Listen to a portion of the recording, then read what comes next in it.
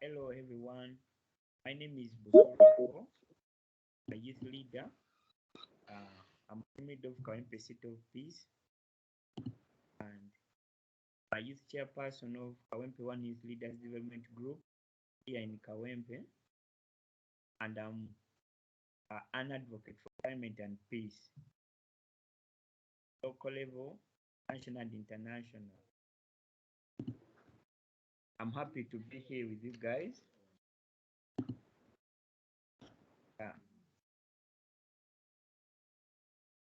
Okay, thank you so much, Paul, for the brief introduction. As I'd already mentioned, Paul is the other delegate to Milan. Milan is in Italy. We're going to be there at the end of this month, from the 28th to the 30th of this month. So just to dive in deep, because I don't want to keep people waiting a lot, I've already given you a brief overview. For those ones who are just joining, I had just kind of went through a summary saying that the main reason why we're in this event today is because myself and Paul were selected to delegate the youth of Uganda to a pre-COP26. Those ones, you may be asking, maybe what is pre-COP? So they are events that happen before the Conference of Parties. So this year's COP26 is going to be in Glasgow here in the UK, and there's a session there are different sessions before the main event, before the main COP, and then and one of the sessions is the Youth Summit, which is supported and organized by the Italian government in collaboration with the UK government. So today, as you know, we're going to look about climate change. We're going to discuss about what the priorities are in climate change, what opportunities are there, and what do youth really want to be able to come out there and be strong climate change advocates and act on climate change. So allow me right now to introduce His Excellency, the Ambassador of Italy to Uganda, His Excellency. In the call. I'm here, and I don't know why actually I'm not able to connect on video. Okay. I think you have to allow me. Okay. So, Your Excellency, you're very welcome. It's great to have you today and to give us opening remarks. And that's what I shared today night.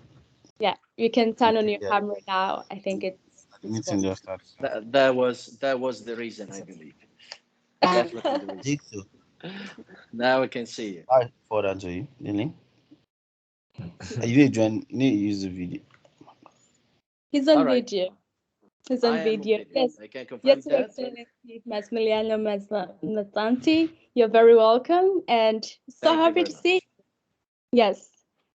Very happy to see you, Rose and Paul, and congratulations, by the way. You're going to present and to represent your country, Uganda, where I'm ambassador with my friend, the British High Commissioner, Kate, and to a very important event, Milan, and not only because it's a beautiful city, but at the end of the month, you're going to touch with your own hands, actually, the reason why the pre-COP has been convened.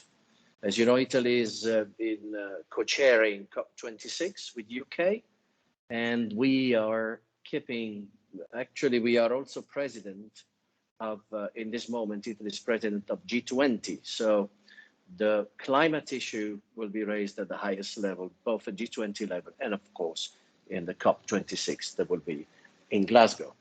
This said, let me, of course, while renovating really my appreciation for having been selected, I've seen your backgrounds also, and I've seen that it's Oxford in your case, Rose. So you got certainly a huge tie with my friends from the United Kingdom. And before coming here, I was working in the UK, in London, so I feel myself at home somehow. Touching base and keeping the remarks short, you formulated 4 very interesting questions that we have to answer about. The first one is, why is global climate action important? Let me use the words actually of the United Nations Secretary General. You know, we got the Paris agreements, we got on board countries that had left the podium before, like United States, the back in the Paris Agreement. The problem now, and has been rightly pointed out by Guterres, is that we have a parameter to respect, 1.5 degrees centigrade. And actually, if there's no true commitment by all countries in the world to and take action immediately, I don't think actually the parameter will be met. What does it mean in reality? What it means not meeting the parameter? Certainly strengthening, unfortunately, the bite of climate change on the planet. You know, Africa in reality counts only for 3% of the global emissions, but it will be most probably one of the continents mostly affected by climate change.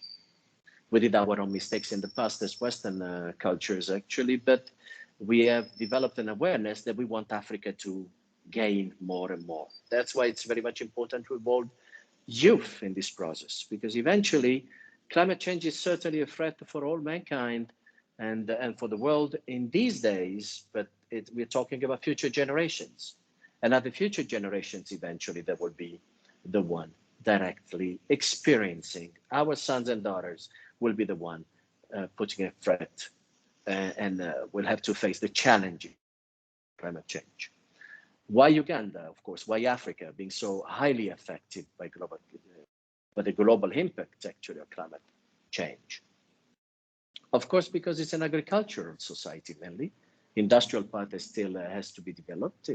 It's taking time. Economies are getting stronger and stronger in Africa.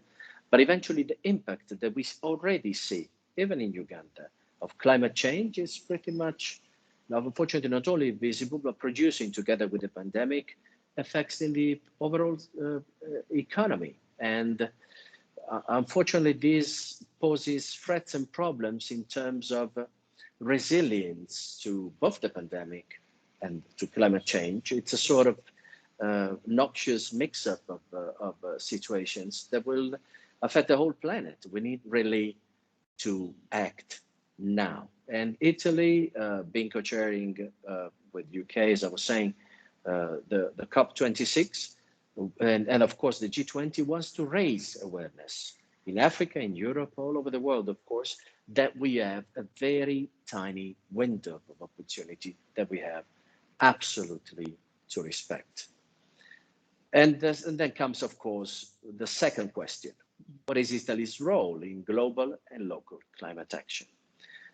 We are playing a major role, of course, as co-chair of COP26 inevitably, and Italy in the 7-8 years between 20 and 27 will be contributing alone with 300 million euros to the Green Climate Fund. You know that Uganda in particular has been recently accredited to two very important climate funds. The first one is the Green Climate Fund that we are funding, as I was saying, with 350 million euros. The second is the Adaptation Fund. What is important of the Green Climate Fund is, of course, access to financing. We have to provide resources to our friends of Africa in terms of developing capability to be resilient to climate change and to enforce with us the climate action to fight, to tackle climate change and protect the environment in terms of conservation. Uganda is certainly, and we'll get to the point of Uganda in particular, but let me tell that with the focus actually on energy efficiency, sustainable urbanization, and sustainable, by the way, agriculture, we need to strengthen the capacity of Uganda and Africa in general, and the continent, to tackle climate, to face the difficulties and the challenges that climate change is posing more and more every day. What is the main aim, of course, of the Youth4Climate Summit, and why Italy? Of course, because co-chairing the COP26, of course, because being the president and chairing the G20. But let me say that without youth involvement, there's no possibility of creating an horizontal world of awareness of the necessity of continuing strong actions towards fighting climate change. And the youth has developed, obviously, a sensitivity that some of our fathers didn't have. They were different, historically different, in the different involvement historically, actually, and the sensitivity that has been recently developed in terms of awareness, in terms of conscience of what is happening to our environment all around us, whether it's Italy, whether it's where we've made our own mistakes, but whether it's of course Uganda, we need to create a strong awareness, a sort of a map of where we're going and what is the youth contribution to that. Pre-COP meetings are particularly important in this phase because we need to strengthen the coordination at world level. That we have been difficulties in recent years sometimes to acknowledge the effect of climate change and trying to also to find, and it's particularly important in the case of Africa, the right balance between development, sustainable development, and the necessity of conservation. This affects, of course, also Uganda, not only, of course, the rest of the continent and the rest of the world. So mitigation of the effects of climate change and mitigation of the effects of climate emissions in terms of climate change is the way forward. G20 itself, as I was mentioning, as we are holding presidency, has been, let's say that the motto is people, planet, prosperity. So people is at the center of it. But to get people into the last concept, which is eventually prosperity, we need to face the challenges and trying to find a solution to preserve our planet. And eventually that's the main issue that we are trying to raise awareness with. Why raising awareness with youth? Because you are the future. Why raising awareness? Because we had, even in recent times, up and downs, even at Western level, in terms of not only awareness, but political will to tackle climate change. These things belong to the past. I believe there's a renewed awareness that is developing, cross-cutting nations. As you know, in these days, we are all head of states and governments are participating to the UNGA, United Nations General Assembly in New York, and that's another instrument. Actually, climate is one of the topics at the highest level of the agenda, and will be, and has been stressed like once again by United Nations Secretary General, that we have a very tiny window of opportunity. The problem then passing through youth, and in particular in this case, the last question, what advice do you have for young people, climate leaders, innovators, watching and listening to you? In reality, it's pretty much simple. Whatever you do every day can make the difference. Your actions every day make the difference, not only in terms of bigger schemes and scale of climate change, actually policies and tackling climate change, but there are everyday things that happen in all over the world, and certainly in Uganda. Talking about the necessities I was saying before of ensuring the right balance between sustainable development and of course conservation. Conservation is pretty much important. There's awareness, and we are very much aware that of course a country like Uganda, like most of African countries, has to have more room to develop. But the problem nowadays is to find the right recipe between sustainable development, possibly involving green economies more and more, and green resources. And we are paying, for example, nowadays, in this moment in Italy, a very high price because utility bills are growing more and more every day because we are in the full green transitioning. And so going towards renewable sources implies also a cost to be paid by the taxpayer and by the everyday citizen, by the public. But we're willing to do so because we know that it will make the difference in time in terms of tackling climate change and conservation. Finally, let me tell you what we can do in Uganda. As European ambassadors, and not only, and also my very good friend Kate, the British High Commissioner, we are raising awareness every day more by being physically there. We've been 2 weeks ago in Karamoja, but a few months ago we visited Bugoma, Zoka Forest, Murchison Falls. You know, these are the treasures, or the pearls of Uganda. And preservation is very much important. We raised awareness, and I want the youth to be very much aware of this, that in the case of Bugoma, in front of an overproduction of sugar, there's no need really to erode your fantastic forests. Same with Zoka. We understand, of course, the necessity in times of pandemic and with an economy that has been highly affected by the bites of the pandemic and by the effects of the pandemic, that everyday life seems much more different, that there's need from local people to log, of course, to take wood to burn it or to create charcoal.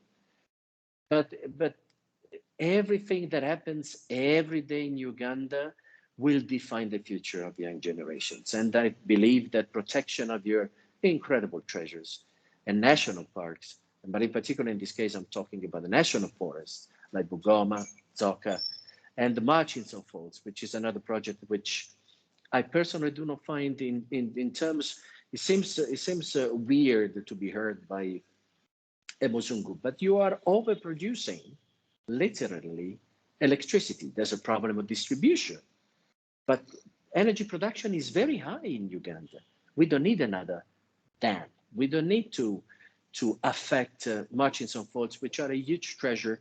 And in terms of volume of water, the strongest actually falls in the world. So you got 10 national parks, incredible national forests, national treasures like the falls. And what can I do every day? And I'm talking to the youth and I'm talking to myself. Well, certainly, you know, avoiding burning plastic would be, with freeing dioxin all over the air, will be one small thing that can be done every day.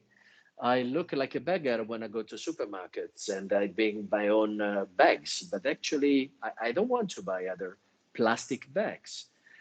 We have to find, and we are trying to find actually startups. We identified on a separate route, which is the one dedicated to business. We are trying to have startups thinking on how recycling plastic, because we do that in Europe. We certainly do all over Europe. We do it in Western countries. We do it also in non-Western countries. And I believe recycling will be one of the main issues that will help us reduce the consumption of resources, by the way, and recycling them will result in lower costs in time. Maybe the use of liquefied gas. You know, when I buy gas for my kitchen, I always notice the high price of gas. We need to produce in Uganda, and that's another project we are trying to do with the refinery, to produce cheap liquefied gas in order to avoid logging and avoid the use of charcoal that is highly pollutant and resulting to deforestation. So these are everyday things that happen every single day in our daily life.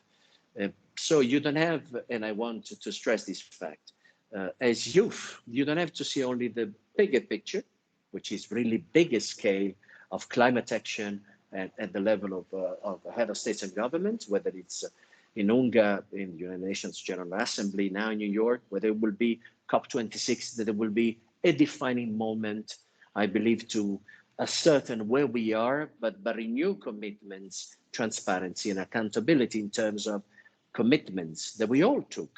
And I must say that also Uganda has done many steps forward, because you took your own commitments in general terms, and I believe that the recent law that you passed on environment shall be extremely important in perspective. I think it's a very good perceived law, strong. It has to be, of course, implemented. That's what we expected, but is giving finally a sort of piece of legislation that will be extremely useful in terms of enforcement, in terms of environment protection. It will be very much important. So I applaud actually to the Parliament and the courage to do so. But there's much, much more that has to be done in Uganda, in Africa, all over the world. So thank you very much for your patience. Wow. Thank you so much, Ambassador. It's really, really, really interesting to hear from you. And I think you're not only an ambassador of Italy to Uganda, but you're also an ambassador of Uganda to Italy in terms of tourism and advocating for tourism. Please call those tourists from Italy to come and visit Uganda and visit all our national parks and bring in some resources. So, Ambassador, I cannot repeat anything you've said. It was really amazing to hear from you. I guess one of the questions that maybe I didn't ask that came around when you were talking was you were talking about in terms of, let's say, recycling and businesses, entrepreneurship. Are there any resources where the young people in Uganda could be online or could be upcoming call for applications? Are there those opportunities where young Ugandans could log in and check out and maybe find those opportunities and engage? There is a program we are running, in fact, that is called Startup Africa. It's an Italian startup incubator in reality, but it's online. If you do Startup Africa, you will find it very easily. And they're also on Twitter, where we produce quite a lot of information about that. It's pretty much important because Ugandan startups with ideas also on which have an impact in terms of environment can propose their own projects, and if selected, actually will be financed by us. So it's a new way of conceiving bottom up. I think bottom up is the best thing because youth looks around, whether he lives in full Kampala or coming from other cities or even in the countryside, up country. It's very much important to get the sense of it. You know, we were closing our offices sometimes, and when we are on the ground, we really see what happens. And I believe that youth has a wider perspective and a wider perception of what is needed in terms of environment. I believe Ugandans are fully equipped for that, and if they propose a startup project that is pretty much interesting and might be selected, I believe we are more than ready to support it. Thank you so much, Ambassador.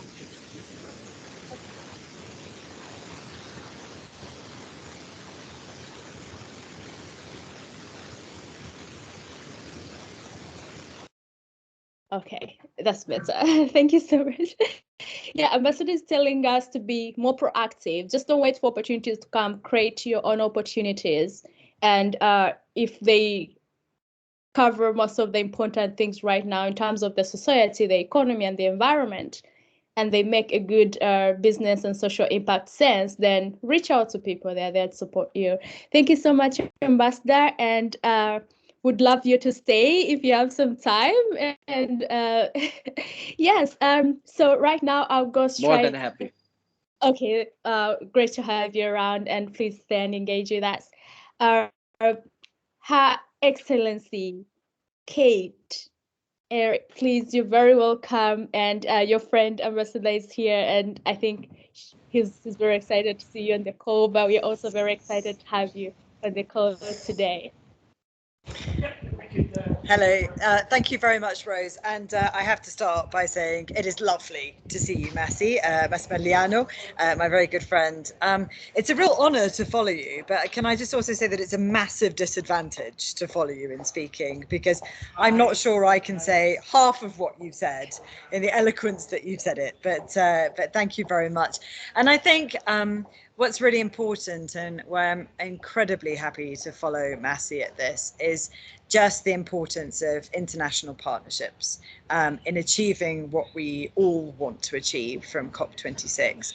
The collaboration, the friendship, the shared values that the UK has with Italy across a range of areas. It's not just climate change, but to see two countries pull together like yours and mine have, Massi, against a shared agenda is really kind of an indication of what we can achieve when we all put our minds to it.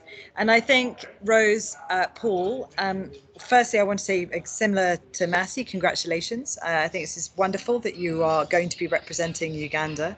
I really, really admire you for doing these kind of outreach works. I'm slightly intimidated, Paul, by your backdrop of books there. I think, you know, there is this competition around the world on Zoom calls about how intelligent you can look, and I have a slightly shabby tent, and you have a range of books, so I know we're going to have learned contributions. And Rose, I hope you're enjoying my alma mater at Oxford, so I look forward to hearing from you when you come home. But listen, this importance of engaging, of listening to voices, of being able to hear different ideas. And I think, you know, Massi has spoken and given you lots of sort of areas that you could potentially focus on there, from biodiversity to renewables, from adaptation to mitigation. These are really, you know, crucial kind of topics where we genuinely want to hear youth voices. And so to have events like this, and Rose, Paul, keep pushing these kinds of things, other style of engagements, because actually we need to show that COP isn't a stale conversation that happens just at leadership level, that COP actually will affect your life, will affect my life, will affect the lives of my children, they will affect the lives of ordinary Ugandans. But it's only by participating and making our voices heard that we're going to be able to achieve that. So listen, I'm just going to brush over some topics, and then I'm happy also. But, you know, I hope everyone on the call sort of just gets how absolutely critical the timing now is for COP26. You can see it. I mean, in my travels around Uganda, and Massi, you will have seen the same thing. You talk to farmers and you hear them tell you how the climate has changed, how they don't know when they are sowing. The timing for now is our last real attempt to get this right. If we don't get urgent action in place, if we don't see urgent change, then we won't be able to avoid catastrophic climate impacts, both here in Uganda and around the world. And we are in no doubt that this is what this is about. And my Prime Minister Boris Johnson, who I am sure you follow what he says, but he's in New York at the moment and has just come out of a meeting with President Biden, who has also announced a doubling of US commitments into financing. We've done the same. Italy's also a huge contributor in the financing space. You know, you've got major economies now stepping up to say we are prepared to put our money where our mouth is. We're going to increase our contributions. We're going to increase our commitments. And so we need to build this momentum. And the youth voice, I come back to the importance of the youth voice. You have what I call a moral authority in this debate. You have a way of being able to reach leaders that maybe other leaders can't do, and ensuring that your needs are heard, that your voice is there, that we are focusing on those things that matter to you is absolutely crucial, because we aren't going to get another crack at this one. This is going to be, this has to be the way that the world comes together and delivers that powerful catalyst for change. And we see it, right? We see it here in Uganda, we see it across the world, just the impact that young people are having, you know, whether it's about advocating for climate action, whether it's about holding their leaders to account, or whether it's developing innovative solutions. And it's lovely to hear, you know, supporting innovation in the climate space.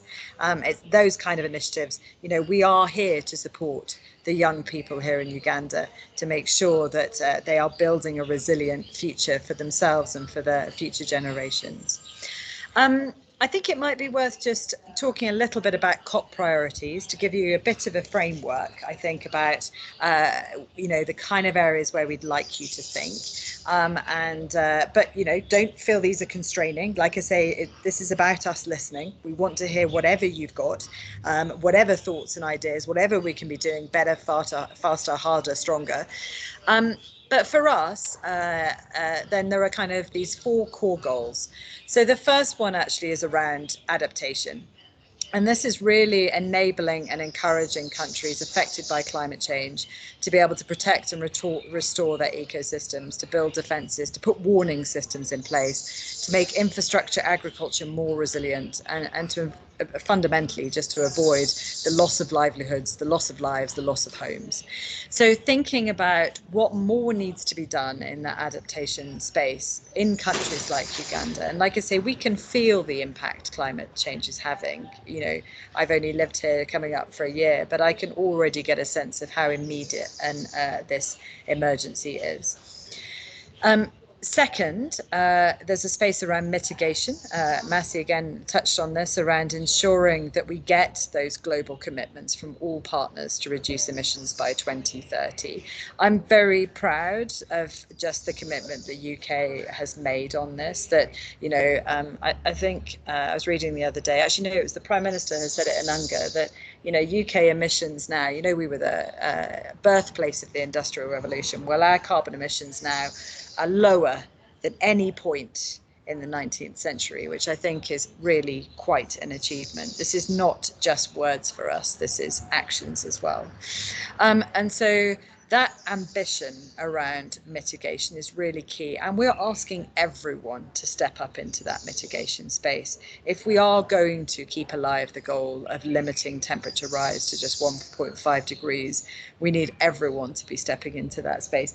And Massi's talked about, you know, the opportunities in this for Uganda. If we just look at electricity production, he's absolutely right. You know, looking at the potential, the already installed potential from hydropower, you know, green growth, building back better from COVID in an environmentally sustainable way is absolutely compatible with economic growth. And for a country like Uganda, realizing those opportunities is key, which is why the third priority for us in around COP26 is finance. Because to realize these goals, then developed countries have to deliver on their promise to raise at least 100 billion in climate financing per year.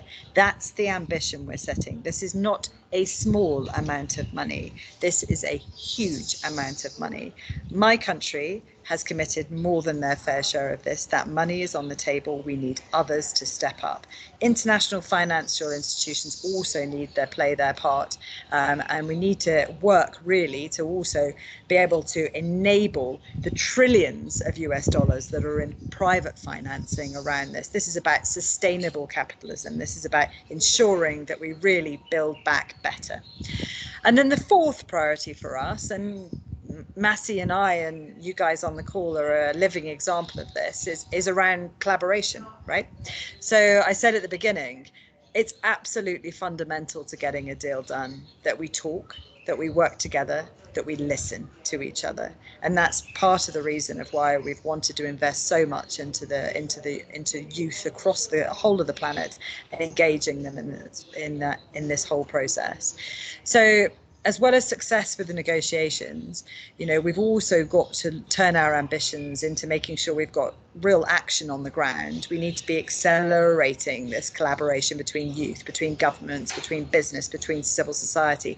There's not one part of society that can deliver this by itself. If we don't all come together and work together, then we're not going to be able to realise the ambition that we set ourselves at COP. So I think for me, thinking around that framework, but don't let it sort of fence you in, but thinking around that framework of what you want to bring to this debate, what more you want to see from this debate, what role you can play in this debate, and what comes afterwards. Those kind of questions are absolutely key for me, I think. And just to say to echo what Massi has said around kind of, you know, that this is a genuine investment in young people from the UK and from Italy. We've been working absolutely alongside our Italian partners, putting our full weight of our support behind their ambition to engage with youth organisations to amplify the voices of those most affected by climate change. Massi sort of set out, you know, why this should matter to young people, which I just don't, no one can disagree with. So, you know, making sure that we have a youth engagement team embedded within the whole all of the UK kind of structures around COP has been really key to us. You know, having a youth advisory council, supporting young activists with their own travel, supporting young NGOs who are employing young people on climate change. These are all things that we've been doing, and ensuring that we also endorsing sort of a variety of conferences leading up to COP. So I'm really excited about this. I think, you know, I've worked on this continent a long time, and this is the first COP where I feel that young people's voices are going to make a massive difference to the outcome. And I'm really excited about that. This is a young continent. You deserve to be heard. And having strong voices from Paul, from Rose, from all of you on the call, from your contacts, your networks, the world is ready to hear you. So put your hand up and let them hear. Thank you. Wow, thank you so much, Your Excellency Kate. And I don't know if you're in Uganda, but are you in Uganda right now? Okay, that's great. I'm jealous that you're in Uganda because I want to be home. Yes, thank you so much for this. I don't even know what to add, but you're very amazing. Thank you so much for giving us that summary. And I think everyone who's watching that, I don't need to repeat anything you've heard for yourself. Kate is telling you to come out and talk and speak up, and you know, get your leaders accountable. And as Ambassador Massi also mentioned, that we need to be accountable because we know we have a scourge of corruption all over the world. And so as the youth, we need to fight this. For example, if there are opportunities for climate finance, we need to actually prove that the funds are going to be used properly. And so we need to. So, Kate, as you're talking, I'm going to ask you the same question that I asked our Ambassador Massimiliano. And what are the opportunities? I know them myself, but what are those opportunities that are available for the youth that are provided by or supported by the British High Commission Uganda, or by the UK in Uganda, or the UK government? For example, I saw one recently is for the young people, I think below the age of 18. I saw it on Twitter, but what are those opportunities that are there for the young people, climate activists and innovators to tap into and create? Thanks. Yes, Rose. So I think there's a few bits and pieces we have on sort of youth programs. So specifically around this, you know, we are really keen to, I'm afraid, use you and Paul as much as possible to make sure that we're tapping into kind of youth views across the country, you know, we're really looking forward to engaging you at the youth debate. I think we've also been supporting in the climate space a sort of, I'm trying to remember, Alex, the name of the group now that operates across Africa. 40. Pardon? The Resilient 40. That's it, the Resilient 40. So we've actually been supporting for, gosh, I think it's like 2.5 years now, sort of a growing sort of cohort of climate activists across Africa. And we've brought them together 2 or 3 times in different parts of the continent, but we've also done a lot of virtual events, a lot of virtual training in and around how you communicate climate issues effectively in your countries, how you tap into some of the international networks and NGOs that can support you in your messaging in countries. We've also looked at building capability in specific areas. You know, climate finance is going to be absolutely key to the future on this continent, about being able to access that financing. And then finally, this whole question about sort of holding leaders, including international leaders like ourselves, to account. So we've had about 2.5 years, and that program, when it started, I think supported around sort of 11 or 12 activists. I think it's now grown to pushing sort of 100 from memory. And, you know, this is something that we don't want to leave at the end of COP, right? So this will be something that we want to be supporting going forward. I have to do a little plug, I'm afraid, as well, for scholarships, guys. So this is a lovely time of year for us, because we support 2 big scholarship programs here in Uganda. One is called Chevening, one is called Commonwealth Scholars. those application window is now open. It closes at the beginning of November. Now, climate studies, environmental studies, these types of things, climate financing studies, are precisely the kind of skills that we're looking to support young people to develop, to become back and make themselves change makers here in Uganda. So I think, you know, there's a sort of a range of support that's out there for activists. And we too here in Uganda would like to hear from more of you. So actually have more direct contacts going beyond, again, COP and looking to the future about how we're going to work with you, how we're going to increase our connection with the youth as really for us the absolute key to making a change on climate issues here in Uganda. Thanks, Rose. Thank you so much, Kate. Talking about the Shivning, we collaborated with Jonah, who is on the call right now, who heads Opportunity Tracker, which is a website that collects international opportunities and put them on one side. And we held an event on Shivning, and we had Tina Wamala, who joined us and really explained a lot and did a lot of great work. So if you're out there, you can get in touch with Opportunity Tracker. Jonah, you could say something in the chat box for people to reach out to you, and you share the that video where I hosted about the Chevening and other international scholarships. Thank you so much, Kate. I know you may be running, but if you have some time, just stay on the call and see what happens next. We're excited to engage with you, but also I'd love to appreciate that if you're busy, thank you for saving this time for us. All the busy schedule and saving the time for us. We really appreciate. And I think this is the start of engaging with us and engaging with you. And we'll be reaching out when other new events and sessions and even face-to-face sessions. We hope we're going to beat COVID, and we hope we'll be able to achieve vaccine equity and justice and maybe able to bounce back better. And so right away, I'm going to show a video of this climate activist. I'm sure you know her. She's called Hilda Flavia Nakabuye. She wasn't able to join us, but she recorded a video.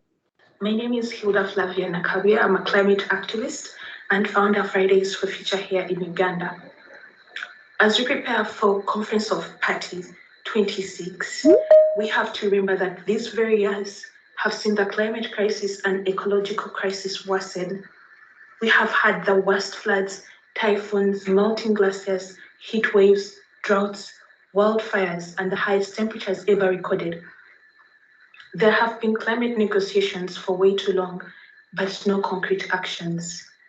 We need governments and organizations like UN to be impact-oriented rather than process-oriented, to listen and to act to voices on the front lines of the climate crisis, marginalized and indigenous communities, and to increase youth and women inclusion in climate plans because they have invaluable perspectives that policymakers sometimes lack, and they can draw on their experiences to offer solutions to this changing climate crisis. We need all governments to rise up to fossil fuel extractive industries because they are gravely impacting the world. We need to rapidly cut our carbon emissions in line with the Paris Agreement, and we believe governments have the power to influence that and more. We have less than 900 gigatons of carbon emissions left in the budget for us to emit and to stay under 2 degrees Celsius. But we don't even need to reach 1.5 degrees Celsius, because at 1.2, the climate crisis is touching every part of the world and pushing us to extinction. We need rapid cut in emissions, an end to fossil fuels, and vaccine equity, especially for the most marginalized, to have a just and inclusive COP26.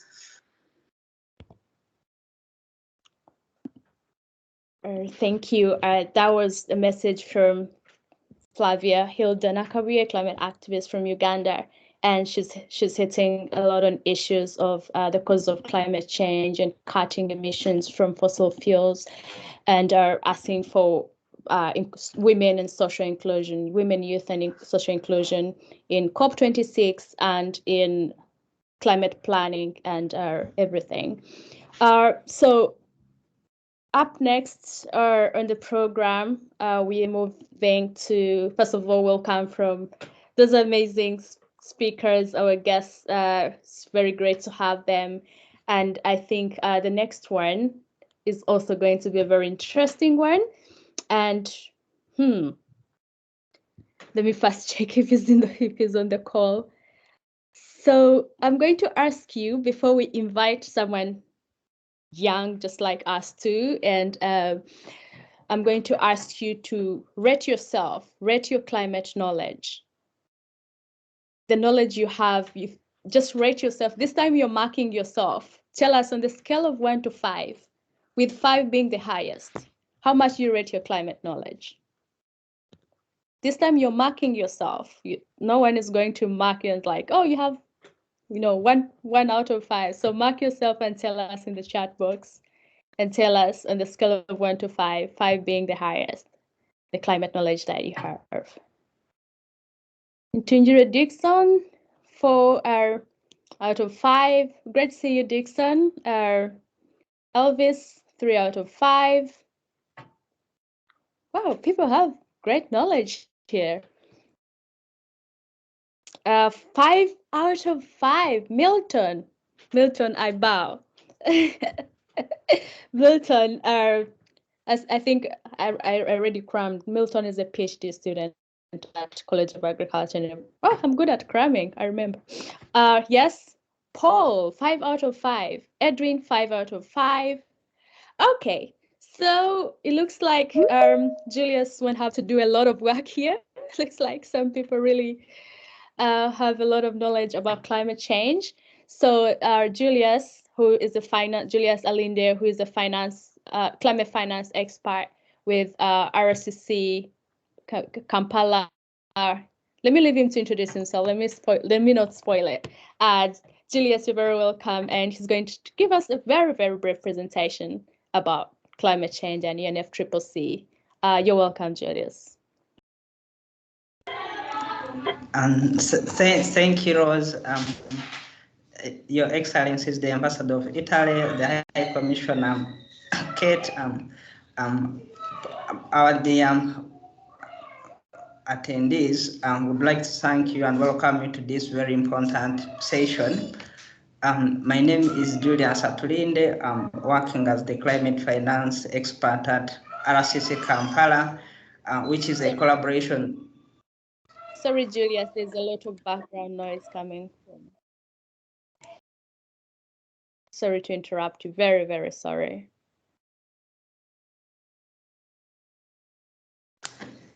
And hi, is it better now? Yeah, I think, but there are babies out there making noise. Okay. Sorry. So I was saying, RCC Kampala is a collaboration between the UNFCCC and the East African Development Bank, and it has been working in the region since 2013. And let me reiterate on what Ambassador Massimiliano and the High Commissioner mentioned, is that in most cases when we talk of youth climate action, we think of very, very big actions, moving governments, changing policy, but I think that the point of starting small on some things we can do on a day-to-day basis is very, very critical, and I will touch on that later in my presentation.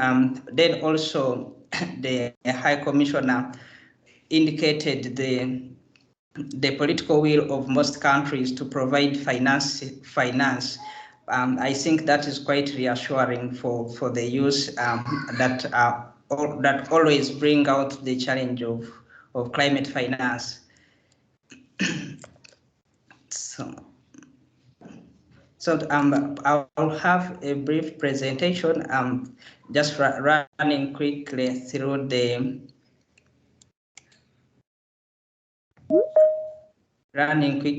the background of the RCC and the Paris Agreement and some of the regional priorities.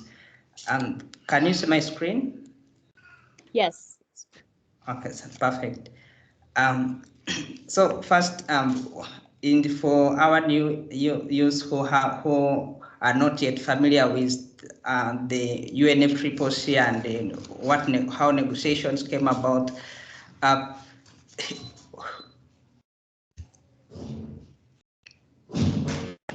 Long ago in the 1992, the UNFCCC and the UN Framework Convention on Climate Change was established with an ultimate objective of stabilizing greenhouse gases at a level that would prevent anthropogenic interference to the climate change.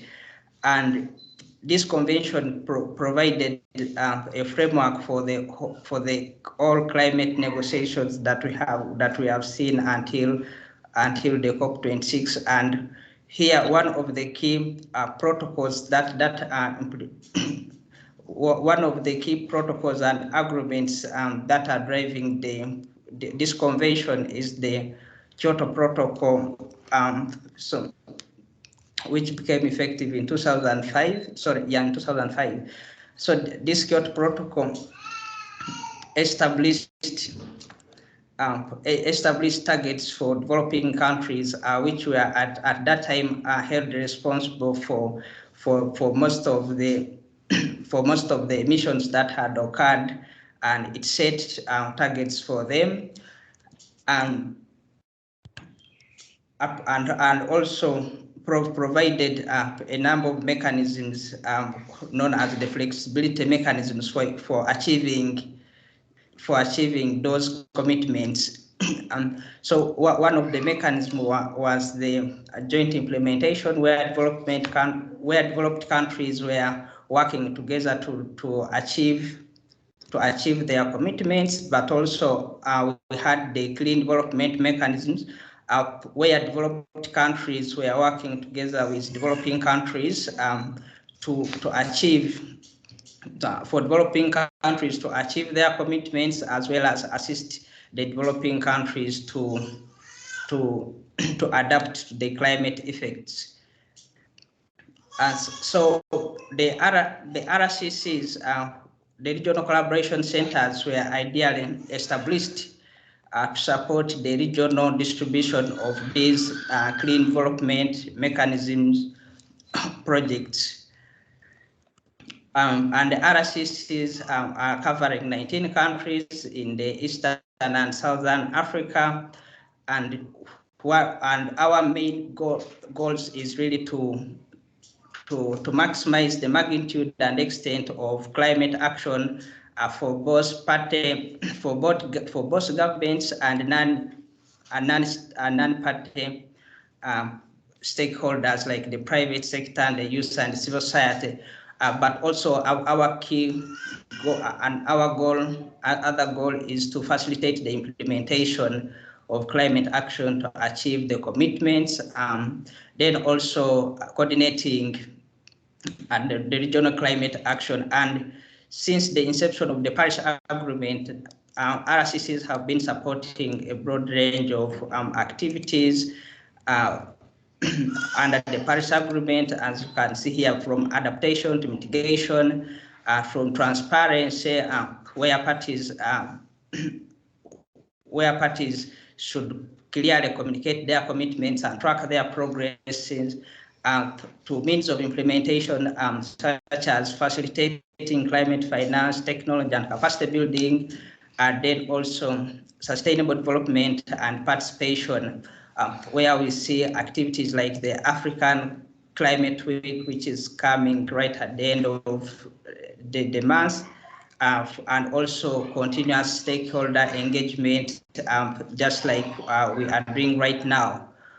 So to touch on the key aspects of the Paris Agreement, the Paris Agreement has an inspiration target of reducing the global warming to 1.5, the increase in global warming to 1.5 degrees centigrade relative to the pre-industrial level, and this has a global coverage with about 191 countries,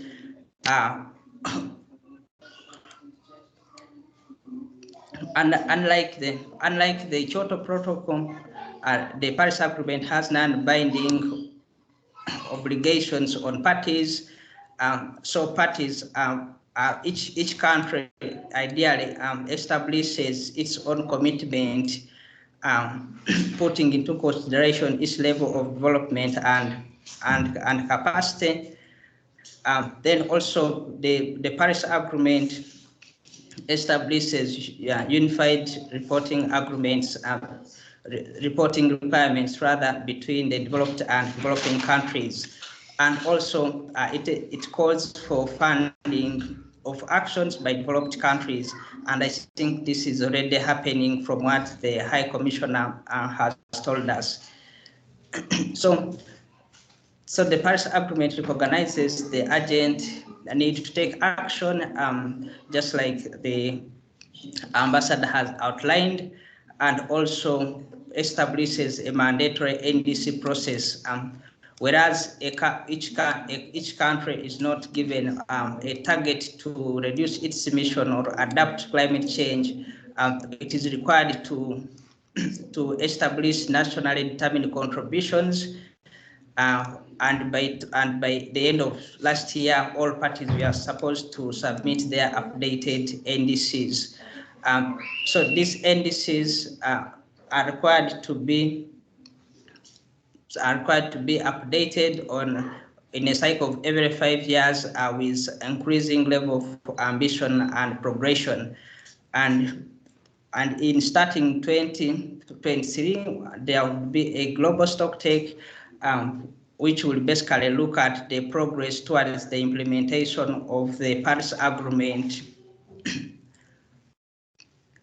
And so within the NDCs, the NDCs where countries so indicate their target mitigation targets and adaptation, we see a number of priorities of sector priorities which are similar across most developing countries. As you may be aware, Uganda is still in the process of updating its own NDCs. So some of the sectors include agriculture, land degradation, deforestation. We see a growing emphasis on transportation. Of course, adaptation is very, very key in all African countries. We see emphasis to pilot and use carbon pricing mechanisms, and as well as need to mobilize climate finance. And on this, most party commitments are very, very dependent on the availability of international support. Then also energy is one of the highest sector priorities. Disaster risk, and also several cross-cutting topics like youth inclusion, gender, and indigenous people. So this last point also shows the emphasis, the commitment of governments to include youth and gender aspects into addressing climate change. And so here I've run through the NDCs and the Paris Agreement. So just to now on this section, I'll highlight how youth can come in the implementation of the Paris Agreement or climate action at their national level. And I think to look at the role of youth and what youth can do I'll first highlight here the Ugandan context, where we have 41 million Ugandans and 73 of those are living in rural areas. Then also 54% of them are below 18 years and 68% are working in the agricultural sector. So these statistics highlight a problem, but also an advantage. So 54% of the population being as young as 18% and below. This means that most of them do not have the capacity to adapt to any adverse effects of climate change, and it means that they'll be around longer to really face the realities of climate change, but also in the long term, they will be the people driving policies around the world. And the 68% being working in the agriculture sector. So we very well know that the agriculture sector is one of the most affected by climate change. So what are some of the strategic strengths of youth as key stakeholders? So by occupying a large portion of the population, this definitely shows that the youth are very key. They form part of the market. One as consumers. So use choices, use consumption choices can very much drive what the private sector produces and how they produce. There are several challenges. There are several challenges and realities why a government can relate to, for example, shut down coal power plants and all other drastic actions. But if consumers decided to stop consuming or to consume products with a climate conscience, with climate consciousness, so the private sector will have no choice than to obey and start also producing in a sustainable way, but also use as innovators, especially in local climate change action. When we talk of adaptation is a very localized concept in that every community will have to adapt in its own way. So, which means that the 7/3 of the youth who are living in the rural communities and in and several urban areas have the opportunity to come up with solutions, and there are enough. And we see a number of organizations coming up to support these youth innovations. And then also youth have a strategic strength of creating awareness among the fellow youth. You would all agree that youth can, you can all agree that youth can talk to fellow youth better than any other person. And then the last area is on informing public policy. We see youth being engaged in NDC development, developing national adaptation plans, and so on. And so, as I conclude, let me just mention what the UNFCCC and RCCs are doing to help youth to capitalize on their strengths. One, we have we have established an academy for global youth empowerment, global youth leadership empowerment.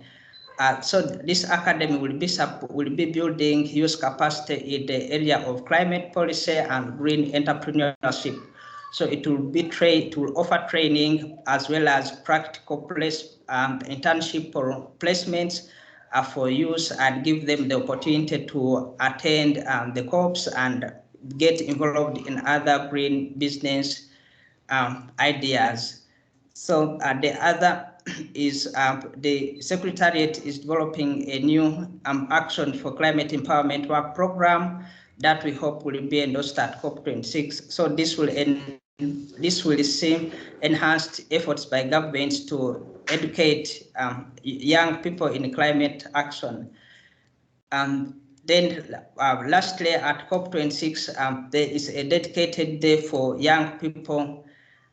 Then also the RCCs are always open to provide on-demand technical guidance and coordination to use. Just as you saw, Rose reached out to us, and we are more than happy to join this. So lastly, here I'm sharing with you some of the opportunities where young people can get involved. One is from the Global Center on Adaptation, and the other is from the Commonwealth Youth Awards. So I'll share this slide with Rose, and then she can circulate with all of you. You can explore the opportunities in. Thank you, Rose, and sorry, I think I went past my time. Thank you. Over to you. Thank you so much, Julius, and thanks for the overview. And I'm sure, especially this last slide, people will be really interested in it. Thank you so much for, I don't know if the audience has any question. If you have any question to Julius, please put it in the chat box. Put the questions in the chat box and we'll compile them and forward them, and Julius will be able to answer them. So Paul has shared a link in the chat box, and that link is for the recording of one of the events we had, which the event was on people are sharing experiences on engaging in COP, different COPs. We had Edwin Muhumza, who is the CEO of Youth Go Green Uganda, and we had Yared Abera, who is from Ethiopia, and a youth climate leader, and a young negotiator. So watch that video, and you can give us feedback. So Julius, I'm just waiting if people want to fire questions to you. So thank you, Julius, for that presentation. And up next, we're going to do something a bit more interactive as you send in those questions for Julius, if you have them. So I'm sharing this link in the chat box, and I want you to go to menti.com, click on that link, and then go and answer the questions there. Tell me if it's not working and I changed something. So the first question is, what is your role as a young person? We're not being ageist, but even if you're not very young, today you can act young. I mean, you can feel like you're young. Everyone is young. So what is your role? But this question is mostly to the young people, the youth on the call. What is your role as a young person in, am I reading the right one? Yes, in advancing climate action. Please give me responses.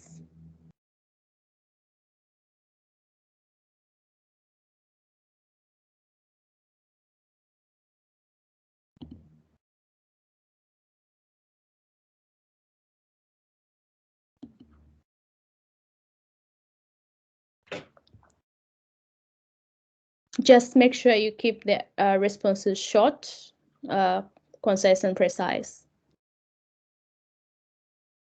And that one is going to take, so we have just like 30 seconds.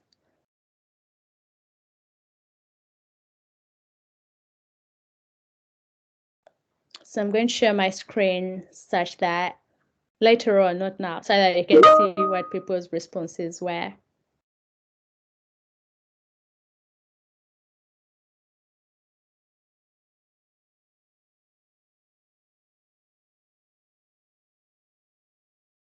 Please respond, keep them coming. Keep them coming. So I'm going to project my screen and we see some of the responses as they come. So, oh, just a second. Okay, so yes, keep them coming.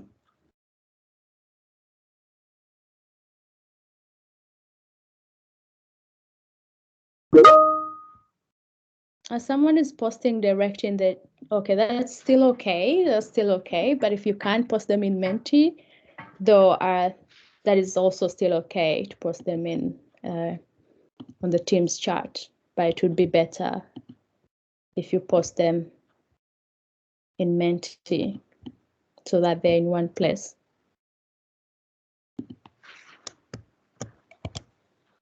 Okay, so I'm going to share my screen such that you see some of the responses.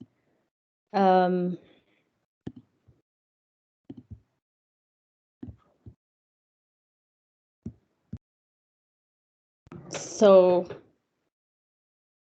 communities of change adaptation strategies, act by example, increase advocacy and lobbying, helping projects materialize, sensitization of communities on climate change adaptation strategies in Uganda. Someone is training young people in green entrepreneurship to promote green growth. Well, wonderful. Gathering knowledge through research and literature. Oh, very wonderful. Making up actions up to reduce greenhouse gas. Spreading climate change gospel. Making our voices heard as young people. Okay. Go to the next one and see the next question.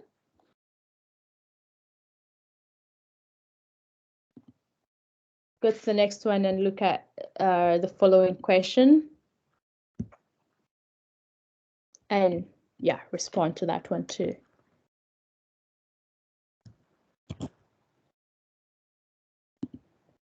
And the question is, what are your top priorities as a Ugandan young person as far as climate change is concerned?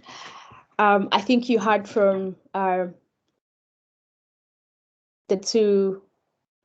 three speakers have actually spoken something about priorities. If you remember, Her Excellency Kate talked about the priorities on adaptation and mitigation and cutting emissions. As you know, coming from Uganda is a least developed country, and we depend on agriculture. You remember Her Excellency Kate hinted on that, and His Excellency Massimiliano also hinted on that we depend on agriculture and we depend on rain.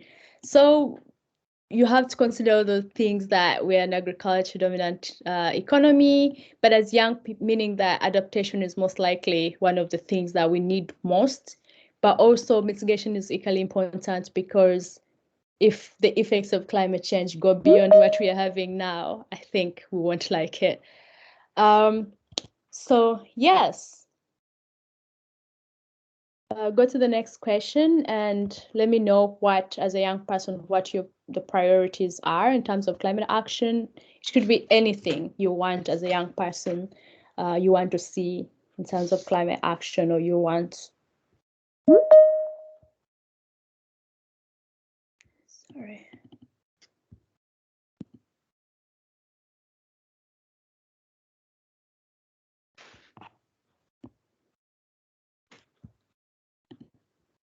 Okay, keep them coming.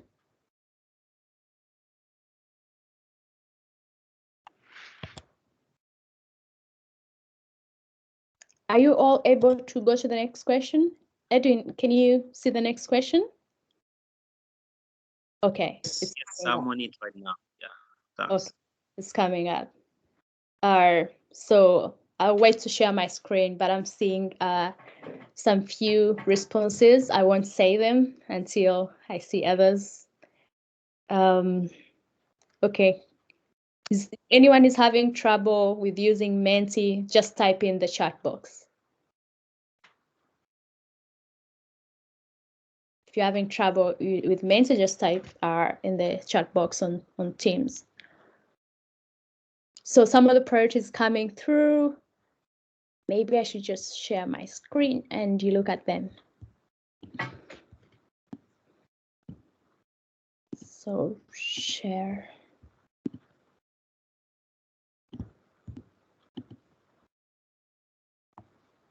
So as you can see, bioenergy, awareness and lobbying, mitigation, energy access, climate finance, adaptation, agriculture. I don't know what's wrong with agriculture, but I don't know if it's something to do with sustainable or regenerative agriculture. Proper working institutions, food security, very key, food systems, very key, everything here. Okay. Okay, there are more coming in. Increase awareness on climate change. Okay, So this is the last one we're doing. And I'm also going to share it. I'm sharing the new link now in the chat box. Here it is. Let's do this faster than the first one. Let's be fast now.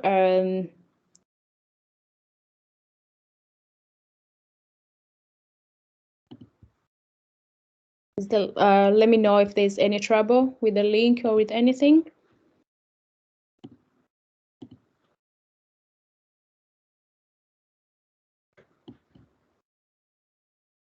So this one is aiming, the first one is aiming to look at the challenges, to capture the challenges that discourage you as a young person or demoralize you or stop you at completely from engaging in climate action and acting on climate change.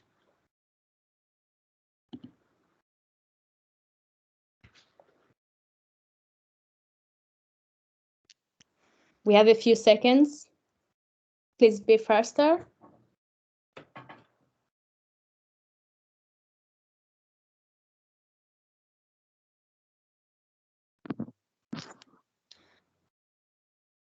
If you're having trouble, just use the chat box in Zoom. I mean, in Teams.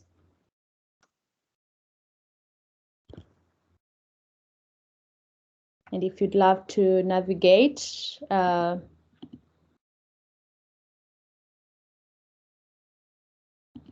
oh, people have gone to the next one. Okay.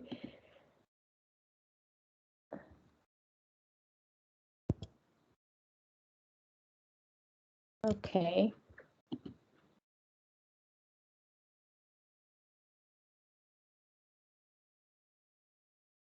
Okay, maybe I can project this one. Okay, maybe we make it the last one because it seems super interested in this one more than the others. So I'm going to project the responses. I'm going to project the response. Oh, you're already seeing my screen. I'm going to project the responses and which of the weather events can be worsened by global warming? Someone said the color of the sky. I don't know if it's because I put an image here showing the sky. Droughts, falling sky. Yeah, and the right answer here is droughts. Okay. Let's move on. Thanks for engaging in that, and let's go on with the program. And up next, we're going to go into breakout rooms. Oh, okay. Yeah, Emmanuel, please unmute and have a discussion with Edwin and the two Edwins and Emmanuel and Simon and Jerome. So we're looking at how to achieve a climate conscious society population in the country. As we know, that is a very big gap. Most of the population really doesn't know about. They have experienced the effects of climate change, but don't really know a lot about it. I'll let you discuss. Okay, Rose, I think I can facilitate this process. Yes. Yes. Yeah. So colleagues, just like you have had, Rose, climate change is here with us. In Uganda, many people really have no idea about it. They feel the impacts of climate change. They feel floods. They feel prolonged drought. They feel the landslides. Most of you, if you were in Kampala yesterday, you would have noticed that there are many flash floods. Some people can see water flowing, buildings falling down, drainages getting blocked and all, but don't even know why. Question is, Simon, there's a lot of noise in your background. You could mute and then wait for Edwin, and then when you're talking, you unmute. So, so like I've said, things are happening, but Ugandans are not aware. They don't even know what that means.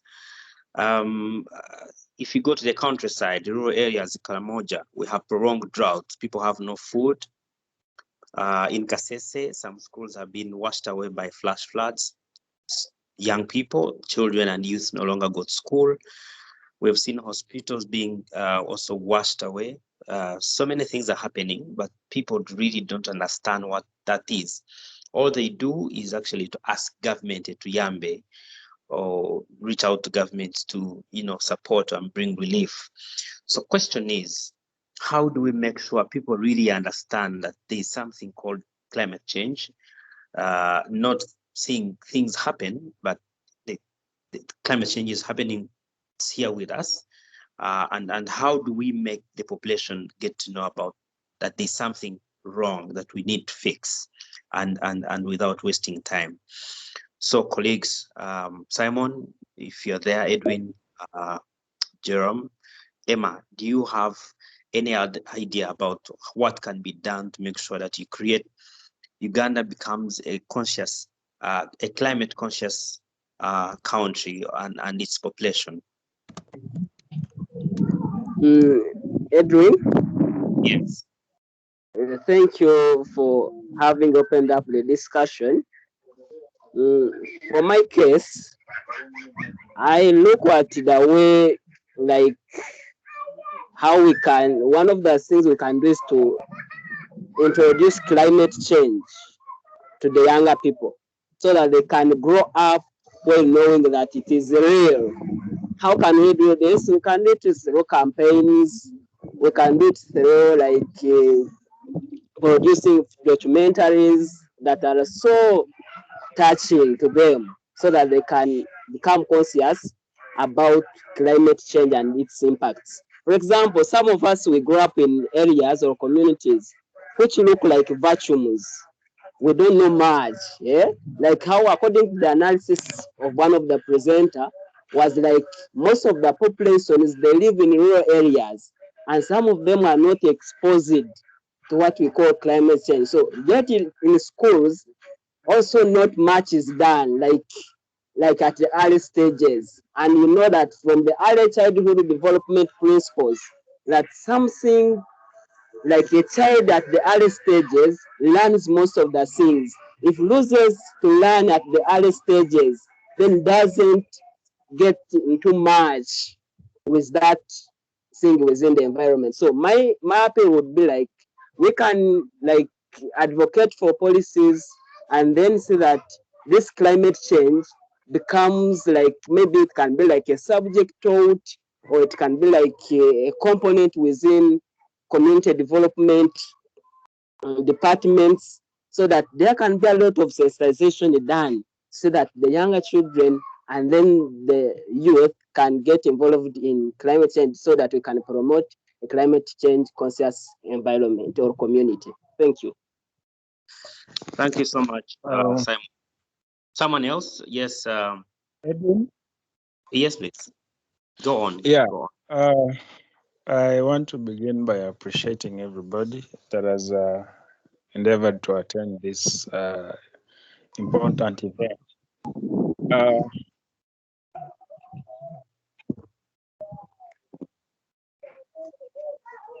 I'm not very sure.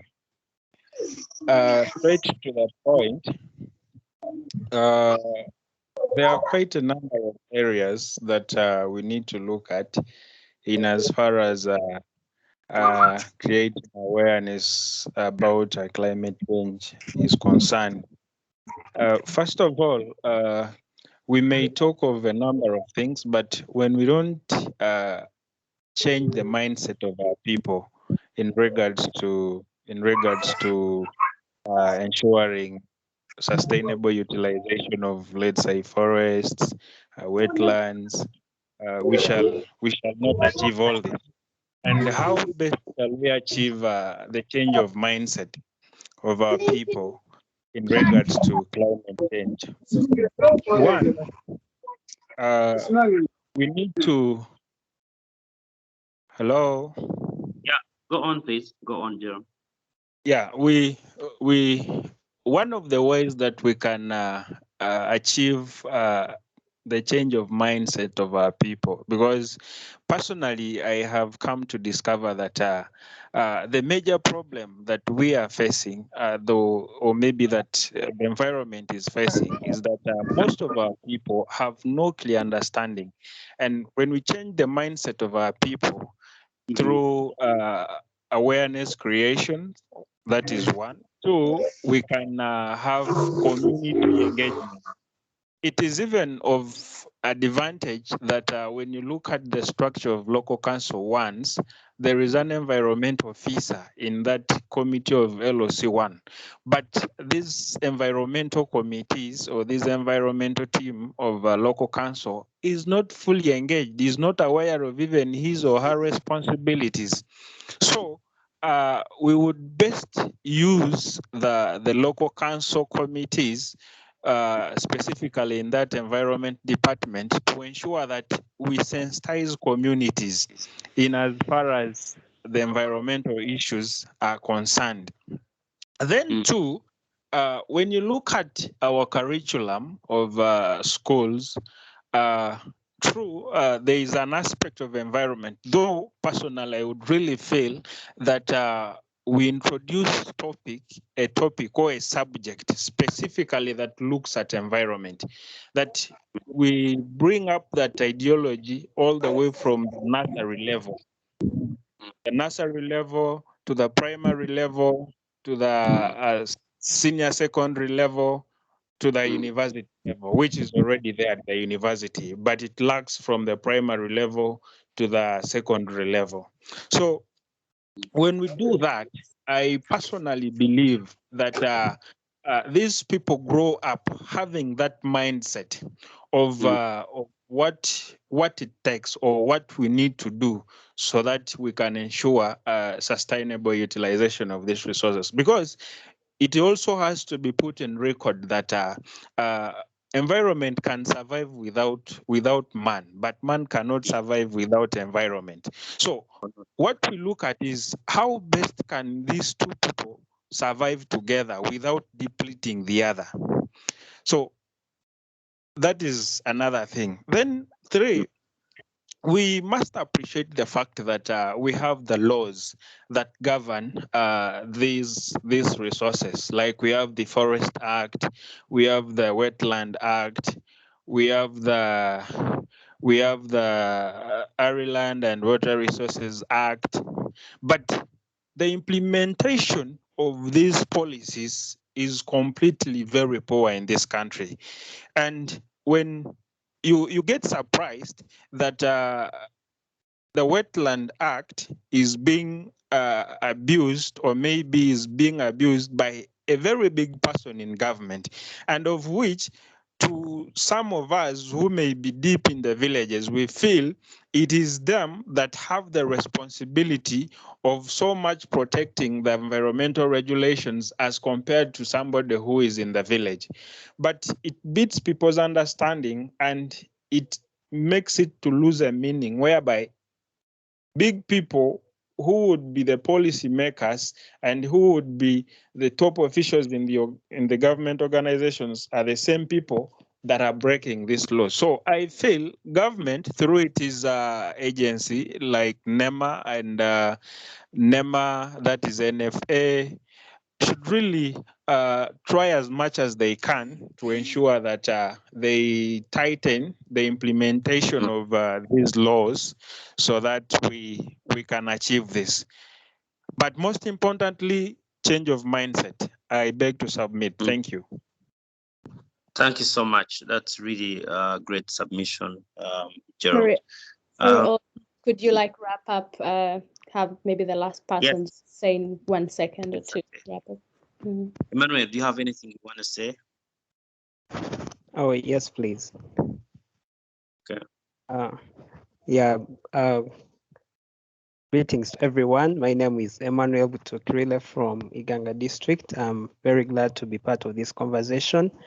My submissions are not going to differ from what my colleagues have said, because climate change basically is all about mindset.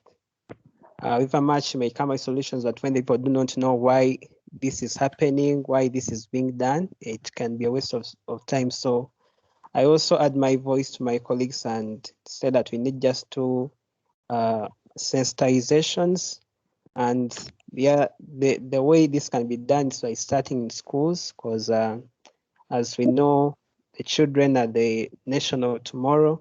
So it can be like put in the curriculum, just as we during high school we used to have the patriotism courses and it was compulsory. I think since climate change is a very, very typical issue, it can also be done like that way as we did the patriotism classes. And then also government should come out and start awarding or those climate change activists, like as a way to incentivize or as a way to encourage others to join this cause. For example, there are many groups out there that are struggling to make sure there is a way they do something about climate change, but their efforts are not seen, their efforts are in vain. So government should come up and support such people. And also trying a way of maybe training climate change ambassadors in communities that can be maybe go on radio talk shows, TV talk shows, and sensitize people about climate change, going into communities at the grassroots to sensitize people about climate change. And again, lastly, it will be about the laws to be really enforced, because they're already in place, but implementation is very poor. This leaves a mindset in the people that maybe it's not serious. You know, when there is a law and there is a crime and people are not maybe taken to book, it shows that it's not serious. But if it's very serious and someone has done something against like the environment and is apprehended, is taken to book, it will show that it's serious and it will open people's minds. They say that, oh, farming in the wetland is so criminal like this. So if these laws are implemented, it will also help to open the eyes of the people out there. So basically that is it from my side. Thank you. All right, thanks a lot. I think we've really exhausted some of our points. Yeah, I think the other last aspect that probably would look at is the issue promoting green enterprises. So even for government to support and empower, especially people who are vulnerable, like young people, such that they don't only look at natural resources as the only way of survival, but if there are always livelihood options, then there it becomes a great opportunity. So yes. So I think, Rose, this is the last group that you left here.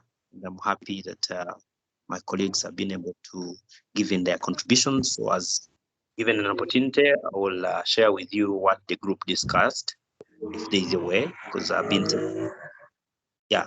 Thank you so much, Rose. But you again, yeah. Thank you so much, Adrian. Thanks for leading the group. And unfortunately, it looks like we lost people in the other group. So they seem to be rejoining. So thanks for leading the group. And it was great because I was here most of my time.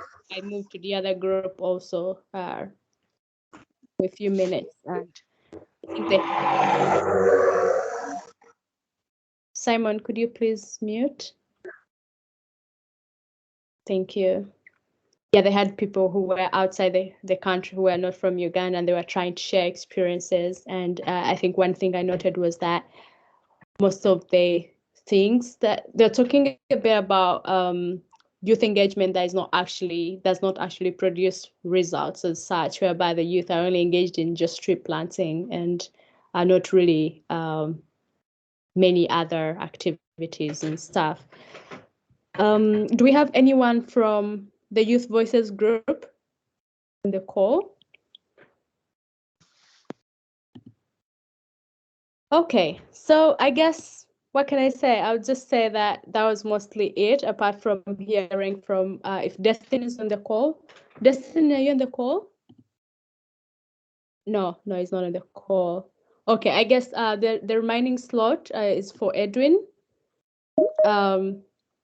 Edwin, I know what happened, but if you have, just tell us what you're doing. We saw that you launched, there was an SDG coalition and you're the president of the coalition. Please tell us a bit more about that as I look out for these other lost people in the group. First of all, I want to thank you so much, Rose, for starting to step into our food and coming to the climate change space as a young person. Again, I've missed out on the introduction. My name is Edwin Mumza.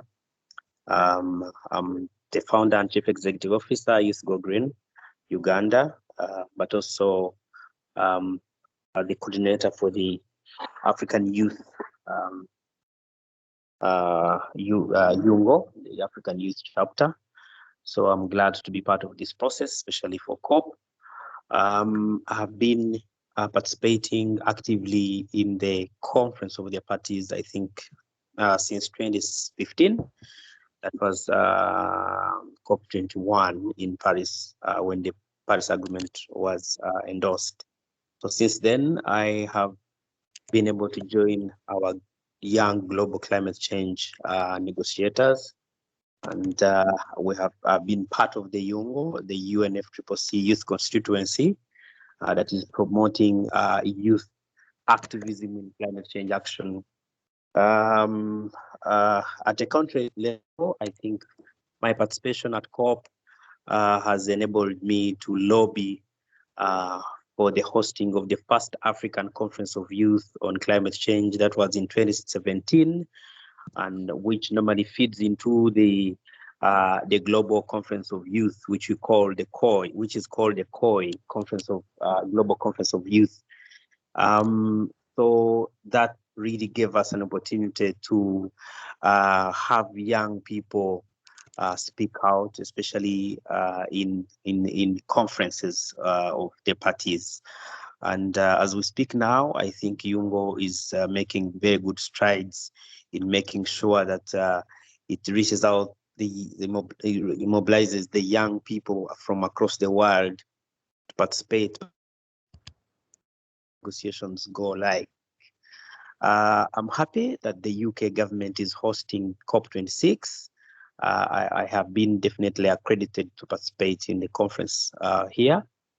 And of course, with me, I will be able to join the rest of the young global leaders in climate change discussions, negotiations. We deploy ourselves in different thematic groups, for instance, climate change adaptation, mitigation, climate finance, technology, and capacity building. So we are in different thematic groups, and whenever we get to COP, we definitely push to make sure that our recommendations, our ideas are captured into the negotiations. As we speak now, UNGO is really advocating and we are lobbying to get into the technology thematic group. And this is where we want to promote what we call digital solutions for climate change action across the world. So it's a great opportunity, and I look forward definitely to meeting some of you guys if given an opportunity to participate in COP26, sorry. So, but then coming back to this process, you have asked me what is about the Youth Coalition for Sustainable Development Goals. The Uganda Youth Coalition for SDGs is an umbrella network organizations coming together, especially which are youth-led, coming together to support the government efforts in the implementation of the 2030 agenda. So the coalition where I'm the president looks at, mobilizes young people across Uganda for those who are making different interventions that really support the different sustainable development goals.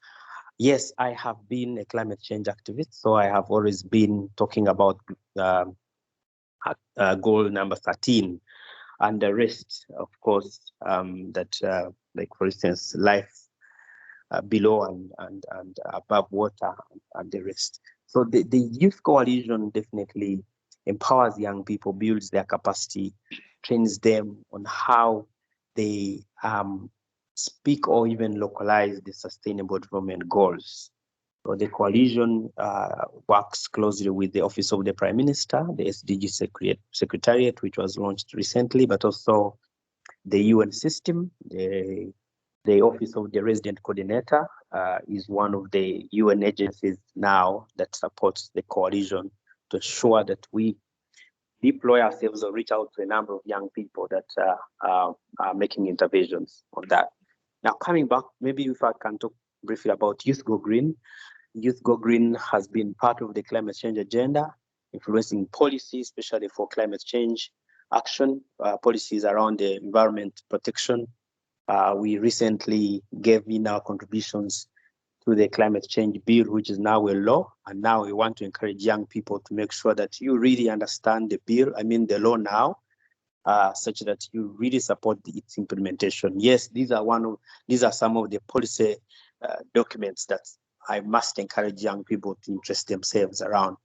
As a country also, we are mandated to update our nationally determined contributions. I had a brother from the UNFCCC, Regional Collaborative Center, talk about the NDC's implementation. And again, Youth Go Green is organizing a national youth hybrid conference where we will be giving in our perspectives, our ideas, and our contributions to the NDC process. And these activities will take place next week on Friday. And we're working with UNDP and Siatini, one of the other civil society organizations. So I would want to encourage young people, if given a chance and you land on the link, kindly, of course, it's going to be virtual, but also with limited numbers, to be part of this process. Given this opportunity, I would want to encourage and invite the UK government to talk briefly at this meeting about the COP26 and how it's preparing itself and positioning itself as the host country for COP26 to ensure that the world expedites the process and especially the implementation of the Paris Agreement. I am aware of the 4 priorities which the British High Commissioner was talking about. And this is also another opportunity, a platform that the Ugandans could really listen to the UK government. I would definitely, as a team leader of this process, extend a humble invitation to the British High Commissioner. I was actually discussing with the team, if we can have 1 or 2 persons being on a panel to discuss about these processes. Yes, I'm sure. I'm glad to see Alex. Alex has been involved in many engagements, especially on the climate change agenda with different partners like UNDP, the Ministry of Water and Environment, Climate Change Department, and the rest. But this is a youth-led engagement where we want to listen more and hear from the young people. The NDC process is in different sectors, as I conclude, different sectors, and we want to ensure that the young people also giving their contributions towards that. So Rose, thank you so much. I'm happy to be with you again. And thank you for asking me to say something about what we're doing and how we're engaging youth in climate change, but also in the SDGs implementation process. Over to you again. Thank you. Thank you so much, Adrian. Thank you for that summary. And I think the young people listening here or who watch this video, once we share it, will reach out to you on Twitter and everywhere and see how they can be engaged in Youth Go Green, in the SDG Coalition. So Alex has to leave, but I'm just going to ask him to just say 1 word or 2 as we close. Alex, thank you for being with us all through the time. And thanks, Rose. I must say I wasn't expecting this, so I'm not very prepared. But just to say, I guess that it was really good to hear from you all about kind of your aims and your priorities around climate and COP issues. I think one of the things that's come across in my working with youth around climate issues is that you don't feel like your voice is being heard at all times, or it's a kind of separate process to to what's happening elsewhere. And one of the things that Kate and I want to do as best we can is really give profile to the youth voice around climate. I think in Uganda especially, it's particularly important, and there's some really strong voices that can put quite a lot of pressure on government officials. So please keep doing what you're doing, which is really good, and do keep talking to us about how we can support you to deliver your message. And I think linked to that, be as ambitious as possible. You know, if we're going to tackle climate change effectively worldwide, we need young people, but also governments, etc., to be as ambitious as possible. And one way to do that is to influence governments to do so. So I think keep doing what you're doing. Keep targeting those people, the decision makers, the people in government, the ministers, the MPs, etc., people who we know should be on our side but aren't for whatever reason, and make it difficult for them, including, you know, governments like the UK, make it difficult for us and make it difficult for them to say no. And I think that's what you need to keep doing. Recognize that it's not all going to happen overnight, so pick realistic targets, and then just keep in touch. Rose, I've talked to you before about kind of the UK's ambitions to hold a youth networking event in October, which is something we'd still like to do pre-COP, and that's to hear again from youth voices about what their priorities are around climate and COP, but also to give you guys the opportunity to meet each other, to learn from each other, and to create networks. That means when you go away back into your communities, you have a network that can support you to do what you want and support us to achieve what we're trying to achieve. That's it. Okay, thank you so much, Alex. Thank you for the patience and staying all through the call, and send our appreciation to Kate and Tina for having been here. And thank you so much. And I guess let's close the event, and we can stay for chit chat. If you want to stay, we just chat, but let's close the event now. And thanks for joining, and sorry for the people who had a lot of issues with internet. There were so many issues with internet. And also there are so many issues with people navigating groups. People had issues with how to go into a group and come back. That's the message I'm receiving. So I guess it's a lesson learned. Next time we don't use breakout rooms. Okay, thank you so much. And I'll now stop the recording, and we can just stay for just chit chat and say hi and stuff. And you're free to leave.